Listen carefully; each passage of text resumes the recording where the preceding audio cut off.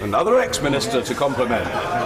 I'm a bit surprised by the Secretary of State. He's slipping in his usual standard. I thought that he was going to be busily cultivating his honourable friend. That's what I was expecting. Tonia, antonazzi. Thank you, Mr. Speaker, and I'd like to congratulate the honourable member, the co-chair for the APPG on medicinal cannabis with myself. This situation is frankly intolerable. I have spoken with all of the families that have been requesting the medicinal cannabis with THC.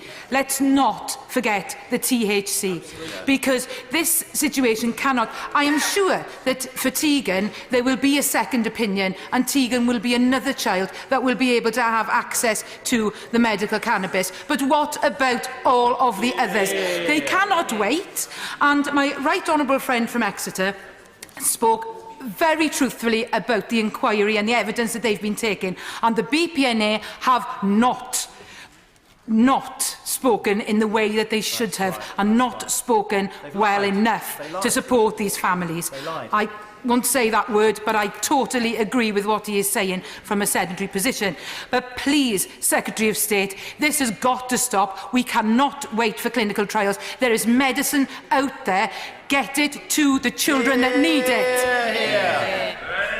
The BPNA are going to have to answer for themselves for the way they conducted themselves in front of the Select Committee. They are independent and understandably in medicine, the bodies that make clinical guidance don't directly answer for that clinical guidance to the Secretary of State. But I understand her strength of feeling and the strength of feeling of others on this issue. I also understand the strength of feeling of the parents. I understand what a desperate situation they're in, and I'm trying to make sure that that can be resolved and they can get the drugs that they want to see. I just make one point to the honourable lady, which is the very exercise of doing a clinical trial requires that we then get the drugs to some children.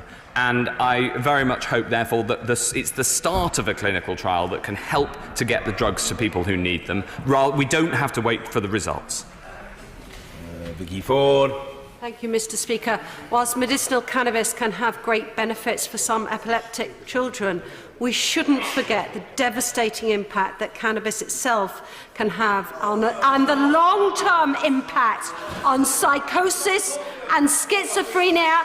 And I speak from personal experience of living with a family member with those causes. So it is right that this is dealt with on a case-by-case basis.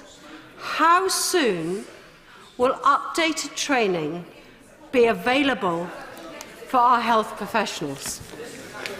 The updated training will be available imminently. There are risks as well as upsides. And it is absolutely right that it is clinicians that make the judgment in respect to every decision based on an individual patient. And that, I'm afraid, is the way that medicine has always, and I imagine always will be, practiced in this country.